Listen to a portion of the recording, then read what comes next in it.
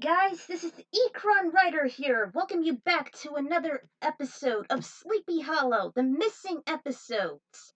Welcome you to the finale. Last time, Team Witness has actually defeated the four generals, the four horsemen of the apocalypse, death, war, pestilence, and famine, and they're actually running out of supplies. And so they make their way to fight Lucifer.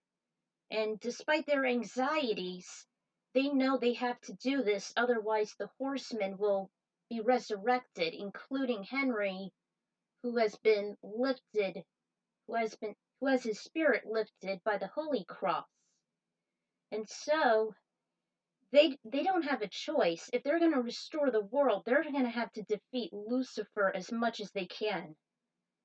And oh man, this is just going to be so damn intense. I have been waiting a long time to do this. The finale of not just the missing episodes, but also the entire show. This is the finale it truly deserves. I am so stoked about this. Oh man, this is going to be really intense. Alright, before we begin to end the series, I want to give a quick shout out to Major Brony95 and Rugnificent. They were the one and only sleepyheads I can find. Without them, I would have little to no support on completing the missing episodes. I can't thank them enough for all this, as well as Seontix for his approval of my choices in the Hell Rings, but that doesn't matter. There's also Trance Monster, but I don't see him that much. But enough of the small talk. Let's accomplish what Fox failed to do and finally finish this thing, damn it! Alright, Chapter 25, Deus Ex Machina. Previously on Sleepy Hollow, the Horsemen of Famine and Death were defeated thanks to the witnesses fighting as one entity. But Abraham had an ulterior motive. As long as Lucifer lives, the team's progress would all be for naught, and they would have to fight them again another day. As Moloch once said, even though the sinner carrying the mantle would die, there would always be someone else to take its place. Their only chance now is to defeat Lucifer once and for all. And now, the conclusion. The world now faces true eternal darkness, the Freemason thought aloud. Just then the witnesses' bodies began to spasm again. Their vision went hazy, and it was almost like their bodies went into suspended hibernation. They were really knocking on hell's door as they started to go into an arrest of sorts, almost like an epileptic seizure. The Guardians didn't understand this as to why it's happening, since all the horsemen were defeated, especially Pestilence that exploited the 7 plagues. Instead, they figured it was all Lucifer's doing as they just stared in horror, since they were the ones who weren't affected by this sudden surge of powerlessness. Oh no! Laura, Crane, please hang on! Her agony didn't help heal them. Hold the cross! No! We're not dying just yet! Somehow his declaration slowed down the deterioration process a bit more, yet Sleepy Hollow was still unstable as more of the landscape shook and then caved away. After a few moments trying to calm themselves, Diana was the first to speak her thoughts. Maybe the devil is trying to erase whatever left is good, in this case the witnesses and us with them. We are all connected to this, just like the 7 virtues. They cannot live without us. So Lucifer, they will be taken first. The witnesses are anchors to each other. They always have a strong bondage, but without them, our best friends, we'd all suffer, just as they can't function without us. We work as one unit. We cannot survive without the other assets of the team. There would be no support, no chances on saving the world from true evil. With the help of their friends, Laura and Ichabod rose slowly. We must fight him together. All of us. Right. Our time here may be minimal, but there's always something we can leave behind whether we win or not. There's no way Lucifer can hold us back any longer. This time, we fight as one. As God has bestowed faith on all of us, we too can give the world back a similar fate. The light shall be passed! We're all with you, Crane and Laura. Everyone else did the same. It's our duty as guardians to stick by your side. You've paved this road and shown us the way. Now we will do the same. Yeah, I think you've learned a lot from all of us than we did from you. You taught us that our unity is strength, much as the virtues themselves. We will go down with our heads held high, as one unit. We've been like this all along. If someone is taken out of the team, it's as if the engine stops working. Like the losses with Katrina, Turgato, Abby, August, Joe. It's the same for everyone. We are more than just protectors of the witnesses. They need us, as we need them. We depend on each other. She's right, you know. There's no turning back. Lucifer awaits all of us. He can try and take on all of us if he's willing. When you mess with one of us, you mess with all of us. Let's end this fight, here and now. You may have disposed all 4 of my generals. Ironically, however, you are all going to perish anyway. The elder approached them. By the way, I had to cut out the recap because it would just take too long. Mind if I tell you why I'm here before you have the chance to even try and slay me? His eyes flashed, causing them to be immobilized. Later he told the tale. This is gonna be long, guys. In the beginning of creation, I was God's very best. I have always wanted to be as powerful and mighty as him, though he noticed I became envious of his rule. Soon I was casted down from heaven and remain to this day as a fallen angel in hell. And during the Civil War, there were numerous wingless angels who joined me, including this particular demon whom I'm sure you are all too familiar with. Isn't that right, Jenny? Moloch! The demon king of child sacrifice. It was him who was imprisoned in purgatory. He was known this since he was obligated to wipe out the witnesses since they turned 11. Don't you know? Over 2 millennia ago were the first, those that were well known outside of Jesus, Moses, and Elijah. They were born here and later persecuted and hunted down like dogs for 3.5 years. And when they had shed their blood, Sleepy Hollow was cursed and known to be the main place for restless evil. From his imprisonment, Moloch did it all. He also infiltrated demons during the revolution. Every generation of witnesses had to be eliminated. However, their souls were eternal and the process repeats. That was why you had lost loved ones you held so dear. Every name Satan mentioned was like 1,000 painful thorns. Grace, the petrified Dixon chick. Lori, whom she was consumed by all this horror, and previously Abby Mills. By the time the Horseman of Death was anointed from Van Brunt's jealousy and vengeance, it was his mission to kill you on the battlefield. Washington passed the mantle on to you, and while Moloch did the work, he was still a mere puppet. Who knew the War of the Colonies would be the perfect wartime? Until Katrina intervened. So I had her burned at the stake, imprisoned, resurrected upon Abby's sacrifice, consumed with darkness, and killed again.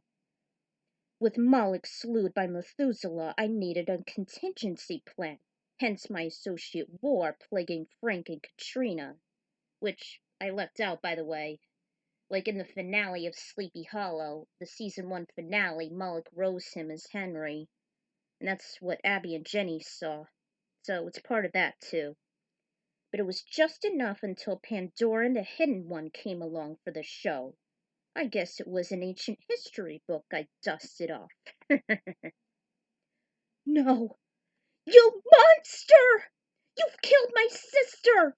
All because she was a witness!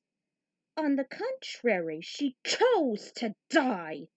It was either her or you. It was then I had waited to enlist Job on Malcolm's deal of making himself immortal, to rule all, starting with the nation under God, intoxicating their freedoms and soon the world's. Oh, but you and your time-traveling friends interfered with the fun. Without Moloch, I was hoping to find a way to vanquish the new child vessel, or perhaps warp her to evil ends, while the other remained hapless. Laura remembered her dystopian future, even those feelings of self-guilt and oppression Ichabod was feeling after all those deaths. Countless others, including the ones he cared about. Though I'd failed, Ichabod blatantly sold his soul to me. Indeed, I was overjoyed. It was my first time I would obtain a witness's eternal soul. But they were only sheer puppets for my master plan. As you may have already guessed, the witnesses, living or dead, were the two keys I desperately needed for me to emerge onto Earth once more, break my shackles, and then reign supreme, proving myself that I can be as astronomical as the Almighty, while the two feeble mortals will never break free, locked in limbo, trapped forever! He transformed and grew into another abomination. Lucifer was an ancient muscular tall deity with black and fishy skin. There's the details, it'll take too long, so there they are. Basically, he transformed into the abomination that Lucifer transformed into in Dante's Inferno. He shows his true form. Ichabod was at a loss for words, much like everyone. His voice was disjointed. I wish I had audacity for this. I will reclaim my rightful place in paradise. Because of all the treachery by the witnesses, all of that is good shall be gone from the universe forever. He also stated that all 4 pawns of Lucifer did not meet the full criteria necessary to free him, as only Dante was guilty of all the sins they had combined, while they only did the job partially. Extreme violence encrusted Attila's and Alexander's blood-stained hands. Fraud was only committed by Ulysses, and lust was only done by Lancelot, though he was not a damned soul. Lucifer needed a soul guilty of all of these, as well as treachery, to be evil enough to break the chains of Judaca. It hardly mattered, since the damned there didn't have to be dead to have their souls sent to his frozen lair. Once treachery was committed, the sinner's soul automatically descended to Cocytus, while the body on earth would still be taken over by a demon. Thus Ichabod was already committed on such a sin, betraying his cause, countrymen, family, the crown, as well as his former friends, especially to Jeremy, Katrina, and Abraham. Lucifer roared at him. Hence he was the perfect pawn to free him and reign upon the earth. And you and Laura will be protected by your feeble guardians. They shall all share the same fate as you. Perish! Everyone fought with all their wavering courage they had left, throwing everything they had. But due to his unsurmountable strength, he was invincible. None of their weapons had any effect, not even the holy grenades, nor the silver crossbow. The close-range fighters figured it was suicide fighting him with their blades. As they did, Lucifer built energy and later shot out a volley of lasers through each of the team's bodies, slaying them almost instantly. One by one they fell. No loss and pain, no defeat. My reign will be complete as long as heaven and the Savior's fall. You will all be next. It boomed like the callings from the Horsemen in Revelations as he said, Come, grovel before your new everlasting King of Kings.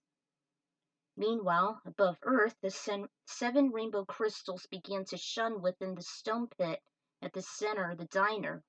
Leon was the first person to perk up and cry out, Trigato! Joe followed suit. Crane and the others. Indeed. Raised his hands up high. Everyone was watching the chaos. He declared Abby, Leon, Joe, August, Lori, Grace, Washington, and the newest saints, Katrina and Benedict. Now it is the time we pray for them. No, for all of the planet. Leon, Joe. I shouldn't mention their names, but whatevs. We must see that all the prayers made here reach Soren Crane and the 6 other warriors down on Earth.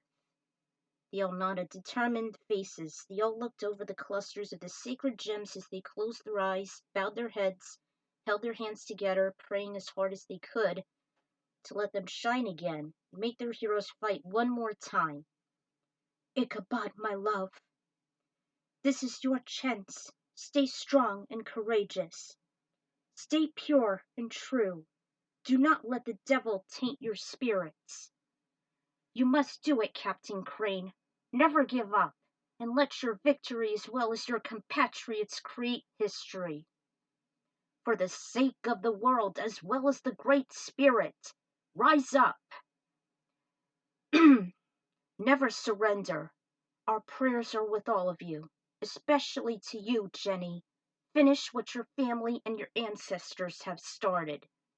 Come on, guys, you can do it! Jenny, Crane, everybody, take down this great evil like the soldiers you are. Jenny, Crane, Gavin, I love all of you. Please hear our prayers and let us lend you our strength. She couldn't imagine the last of her kind and her friends be the last ones to fall under evil, like she said. Crane, remember what I said before I passed on, and that goes to both Laura and Molly. Stay brave and strong, and never give up hope. The world depends on you. Do not lose hope. Not yet, Crane. Oh, Abby! He was still battered and weak, but the devil, by the massive blow, still he crawled very slowly. Then Laura held out a hand for him, just stared at it. Ichabod, it must be us. Recognizing his dream, he grew a little stronger. Now knew the witnesses and their friends must fight in one against Lucifer as one. With that, the 7-sided symbol grew bright on the back of his hand, even Laura's. As they grabbed for their warm palms and rose, they gazed at each other for a moment, then their faces changed to reflect their determination. Satan! This shall be the end for us both! All they did was glare at each other until there were 2 male apparitions rooting for them. Over here, witnesses! Let us lend you our strength. Their sudden prayers gave everyone life. The guardians rose up one by one. Even Diana heard and saw Molly overhead. Mom, Laura, never give up hope.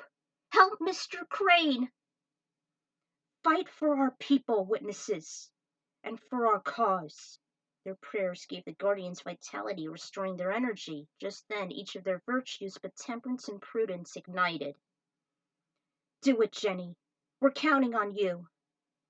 God is on your side. He isn't ignorant, and he's giving us a fighting chance. Lastly, there was Abby, Missy, Chief Torgato, and Leon. Never surrender, and bow down in defeat. Trust yourselves, and seize victory. You can do it. You can do it, Gavin. I have faith in you, and you should share that faith in each of you, his ancestor cheered. Jake, Alex, believe in yourselves, and conquer this evil. Finally, there was the late witness. God has chosen Molly and Laura for a reason. This is it. You've made it this far, Crane. Jenny and Gavin, you know what you must do. Now fight! Both Prudence and Temperance shone as bright as day, including the cross in the center. The crystal-shaped emblem was complete, and their strength was fully restored. They all stood beside each other, while the witnesses took the front. No! How could this be? God should be dead! God is never dead. Belief in him is ours by right. We now know that he is never ignorant in our cause, nor can he always be found in some distant plain. He's in us, and fighting alongside us on this day. He let our friends lend us their holy might from within. For us, for the world, for those we had lost. They are never gone. They're still fighting you. And your vile forces from afar. In our own beating hearts. We will not fail them this time. Not ever. You shall not rise. As a result, there was like an exorcism of the devil from the earth. The Holy Cross in Jenny's pocket started to react, igniting in a gentle light. She took it out, then had an epiphany. Since they were fighting the devil, the only way to win was cause the polar opposite coming from the sacred relic. I figured it out! I know what we must do! Hands in! She told everyone to grab and hold the cross, and they laid their hands on the soothing hilt. All of a sudden they felt stronger, less frightened, as if conquering a horrifying nightmare or the worst fears. The holy energy made their grip feel warm. The emblems in the back of their hands ignited along with the cross, but in different colors. They noticed they were the same shades from the 7 stained glass crystals from heaven being channeled into them, as if God divided his essence proportionally onto the witnesses and their guardians.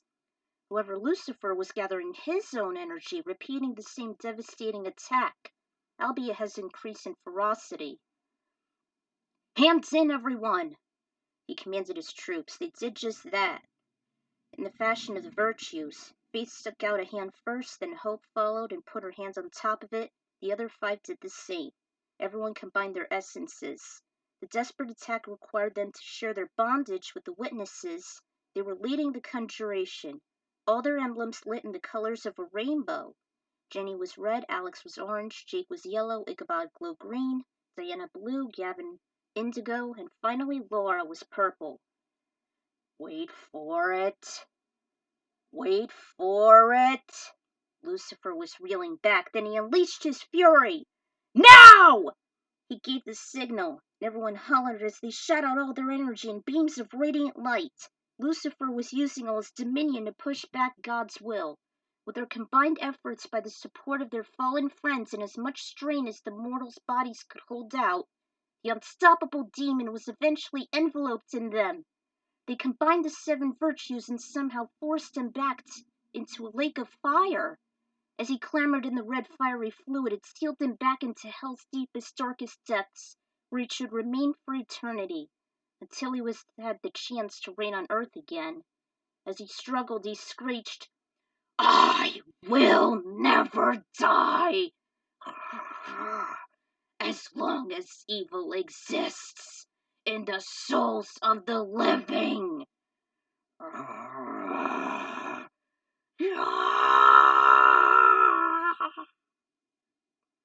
Minutes later, Team Witness still couldn't fathom what phenomenal stunt they just pulled. They found a way to seal Lucifer back within his cage in treachery. But it seemed that nothing had changed, putting them in a sense of doubt and dread. Did everyone they loved perish during Lucifer's freedom? Crane, can you hear me? They all looked up to the sky as if the person was speaking to them. Abby! Ichabod received it. All 7 heard a different voice. Gavin was in Leon, Jenny heard Joe, Jake received Missy, Alex recognized Trigado, Laura heard Katrina's, and Diana heard August. Each one of their fallen comrades said to go to the heart of Sleepy Hollow to restore balance to the planet. Jenny said it was obvious it's within the underbelly. Then Ichabod and Gavin figured it out. Team Witness have arrived back in the Gorgon's lair. When the team approached the cistern, there wasn't oil inside like there used to be.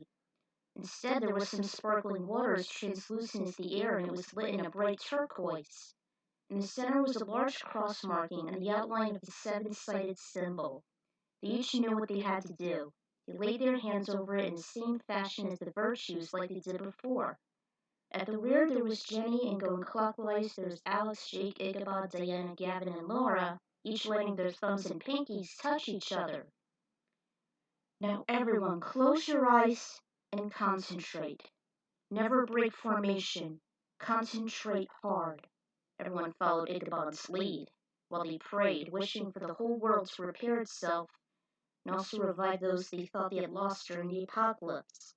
After a while, the image shimmered and glowed, then a beam of light shot into the sky, turning it from an opaque overlay of stormy clouds to neon white. The light faded, and they heard a familiar voice. "Looks like you've truly done it." "Abby!" Up above, they saw their fallen friends look down. "I'd no idea there was such strength in all of you. You, the seven wielders of the virtues, may have already grown more powerful than how we used to be." "It does rather look that way, does it?" "Joe! It was you, all of you, that got us through. It wasn't all a dream. No, you were here, within us, fighting alongside us. Everyone." "Indeed we were, Crane. But we can't be with you until this moment." "Abby, Mom, all of you, you're leaving us?" "I'm sorry, Jenny, but we will be with all of you. Always. We are all very proud of what you've become." "Yeah, I'm sure you'll see us again. As long as you guys stay out of trouble." "Do not grieve for us. Maple Fox is right. Sometimes the Great Spirit can only be found within you, and soon will embrace all of you onto his bosom. Remember that." "Indeed we will. Abby, Chief Torgato, my beloved Katrina, all of you. I'll forever look forward to the day we can meet again." Tear leaked from his rough thigh. Little did he know that his teardrop landed inside the cistern. Everyone left the accursed place behind. When they emerged, that same blinding light suddenly covered the group from the backs of their hands. As they illuminated with the cross in the center of their emblems, they squeezed their eyes shut, trying to block it out. They too were being lifted off the ground, and the entire spectacle could even be seen in space, as the whole world was being bathed in that holy light. Next thing they knew, the group abruptly left Sleepy Hollow, New York, and wound up in Washington, D.C. The sky was crystal clear without having a single cloud. They also heard birds chirping from nearby trees. There was a cool breeze that carried some pink rose petals. Ichabod was the first to open his eyes, and he and his friends looked around in complete awe. He was the first to speak. "The battle has come to an end. After all those war-torn years, he'd never thought once it'd be possible to find peace." Noticing that nothing was destroyed, the lake they were standing next to was clean and sparkling. All the plants were lush and fertile. "We did it." Jenny was satisfied to know everything has turned back to normal, as if God pressed a huge reset button on the earth itself. Looking up the sky, Gavin smiled. "We did it. We finally saved the world." His teeth showed, his eyes shined. He immediately ran into the vault. "We did it! We did it!" He stormed in and spotted Chief Falcalor close to the door, wondering what all the commotion was. Gavin just laid some firm, though shaky hands on his shoulders. "We did it, Chief! We did it!" "Did what?" "We ended the war! Lucifer and his horsemen are gone!" He ran to the next chamber beside the tunnels and kept declaring, "Washington! Washington! Washington, it's over! The apocalypse is over! The war is over!" Everyone in the refugees cheered in great excitement. Molly ran to Gavin and hugged him tightly, nearly lifted off her feet. Then he sprinted to Jenny and they both embraced each other. "We did it! We did it, Jenny! We did it!" "Yes, we sure did, Gavin." The rest of the team came amongst the ecstatic crowd. Ichabod and Laura couldn't be any more happier. For once they felt cool and began to look at each other. Then they kissed passionately once more. They didn't mind the onlookers, and Diana couldn't wait to contact her associates in Homeland Security, even the President. Several weeks had passed, and the world looked more promising than ever. Crime rates had dropped drastically since the Earth's eradication. of the unholy evil worshippers had disappeared. There hadn't been a single monster in the last couple months. It was as if little to nothing had changed excepting the season. Time resumed normally, every business and service was up and running, summer had come and gone, and Molly was just about to start middle school since she managed to skip a grade. Everyone's alive and well, and the Onondagas already left for home. Only Chief Falklor had chosen to stay since Soren Crane said there was a ceremony in the vault. Heck, he was also a part-time head of the tribe. Ichabod no longer lived in fear nor dread, and he found love with Laura. Alex and Jake were engaged, and Laura was deemed as a lost relative to Molly, making her a separate resident as well as Ichabod's roommate. She too became a private tutor and babysitter for a younger self. She couldn't be any more prouder of her new aunt. Inside Agency 355, they wondered where Gavin and Jenny were. It was 5 minutes past noon, and Cream pondered why they were tardy for the party, he said bashfully. All their friends were gathered here, and the pair came rushing in. Hey, don't forget about us! Two people were right behind them. One was well, believe it or not, it's actually Sam and Mary Winchester from Supernatural. I can't stress it enough, these two are the only ones that I actually like. No joke. I guess it runs in the family. I have the same bloodline, too. Yeah, and Laura's a part of the family now, as my long-lost aunt. Well, no time like the present. As a matter of fact, Miss Jenny, your bloodline is about to go in full circle. Come, Miss Jenny and Gavin. Ichabod led the way. He stood by Laura. They motioned him to kneel while the rest of their friends stood aside. Jenny and Gavin, we've invited you both so we can knight you as the witnesses of the next generation. My niece Molly would also gladly take the obligation and responsibility when the time comes. But until then, you two will carry the torch as the future witnesses, to save the world from evil once we pass on. Will you both accept the badge of office and fulfill your destinies, like your ancestors and your family did? There was a brief pause, and they both declared with salute, We will. By the power vested in us, current witnesses, we now decree you as future witnesses. Good luck, and may God have mercy unto your souls, and may the light forever shine upon us. And so Jenny and Gavin were bestowed as the witnesses for the next generation. It was definitely better than having them achieve this next rank. Their family's destiny has come full circle. Needless to say, their allies, including their recruits, applauded for their success. Ichabod and Laura handed the new demon slayer. It was very lustrous, and the hilt had a similar cross like the one Dante and Jenny possessed before it and Lucifer were incinerated. Both Gavin and Jenny grabbed the hilt on both sides and rose it high, and the golden sun shone on the sacred blade, reflecting the soft heavenly glow.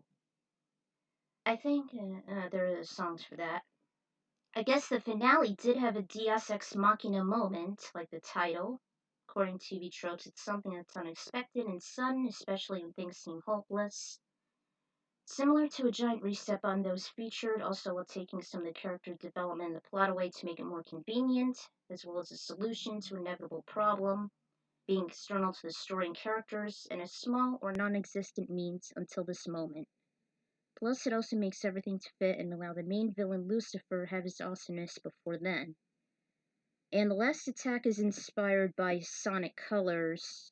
I never played it, but I've seen it on Idiot Noben's list on his final bosses countdown. It's pretty good. And there's also a reference to the final battle from Super Metroid with the Mother Brain. And yeah, 7 has many appearances here, actually. Colors of the Rainbow, 7 Deadly Sins, the Virtues, the Dragon Balls, the Chaos Emeralds. Deadly Sins, Tragato tied at 77. It's a lucky number. And after all, Rainbow was God's promise for never flooding the world again at the end of a story featuring Noah's Ark. So I guess it might be appropriate. Even though Jenny and Gavin have been anointed as the future witnesses, Molly still gets a chance. And here I thought it would be only a Christmas song, which you'll hear later on.